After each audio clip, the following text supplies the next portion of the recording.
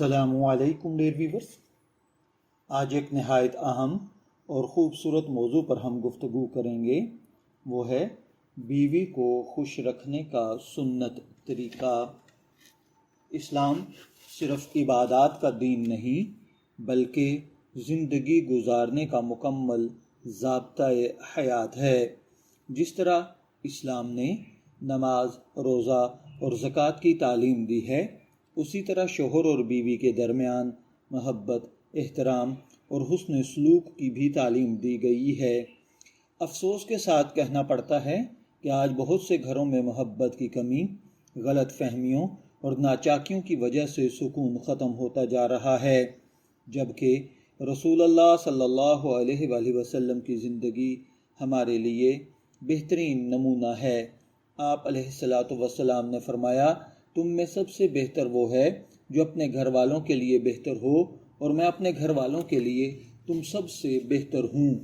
یہ حدیث ہمیں سکھاتی ہے کہ ایک اچھا شوہر وہ نہیں جو صرف باہر لوگوں کے ساتھ اچھا ہو، بلکہ وہ ہے جو اپنی بیوی کے ساتھ حسن اخلاق اور محبت سے پیش آئے۔ تو ڈیئر ویورز، بیوی کو خوش رکھنے کا پہلا سنت طریقہ یہ ہے کہ اس کے ساتھ محبت بھرے الفاظ استعمال کیے جائیں۔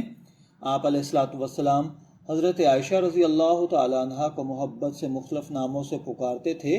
اس سے معلوم ہوتا ہے کہ میاں بیوی کے درمیان محبت بھرے الفاظ رشتے کو مضبوط کرتے ہیں۔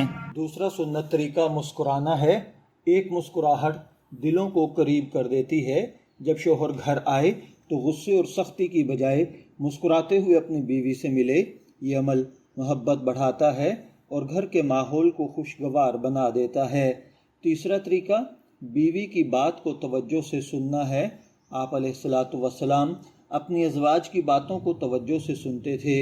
آج اکثر جھگڑوں کی ایک وجہ یہ ہے کہ ایک دوسرے کو سننے کا حوصلہ نہیں رہا۔ اگر شوہر اپنی بیوی کی بات کو اہمیت دے تو اس کے دل میں عزت اور محبت بڑھ جاتی ہے۔ چوتھا سنت طریقہ تحفہ دینا ہے۔ تحفہ محبت کو بڑھاتا ہے۔ ضروری نہیں کہ تحفہ مہنگا ہو۔ ایک پھول، ایک کتاب یا کوئی پسندیدہ چیز بھی بیوی کے دل میں خوشی پیدا کر سکتی ہے۔ پانچواں طریقہ گھر کے کاموں میں تعاون کرنا ہے۔ حضرت عائشہ رضی اللہ تعالیٰ عنہ بیان کرتی ہیں کہ آپ علیہ الصلاۃ والسلام گھر کے کاموں میں اپنے اہل خانہ کی مدد فرمایا کرتے تھے۔ یہ سنت آج بھی گھریلو زندگی کو خوبصورت بنا سکتی ہے۔ چھٹا طریقہ تعریف کرنا ہے۔ ہر انسان اپنی تعریف سننا پسند کرتا ہے۔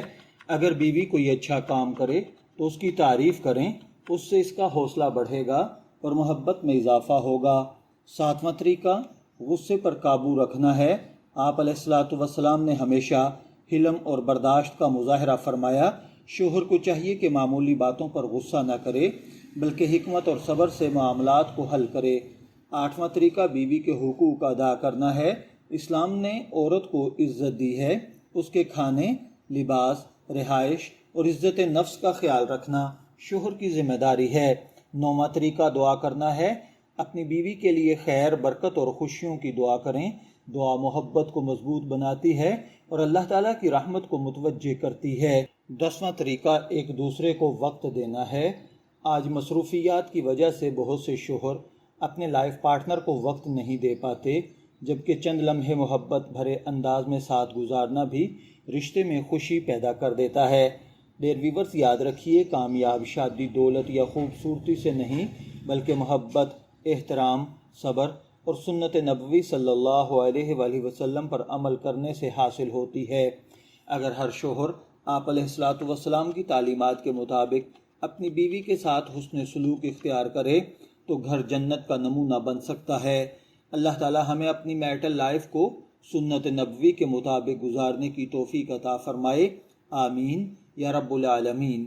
یہ ویڈیو اگر آپ کو پسند آئی ہو تو لائک کریں، شیئر کریں اور اسلامی معلومات حاصل کرنے کے لیے ہمارے چینل کو سبسکرائب کرنا نہ بھولیے گا۔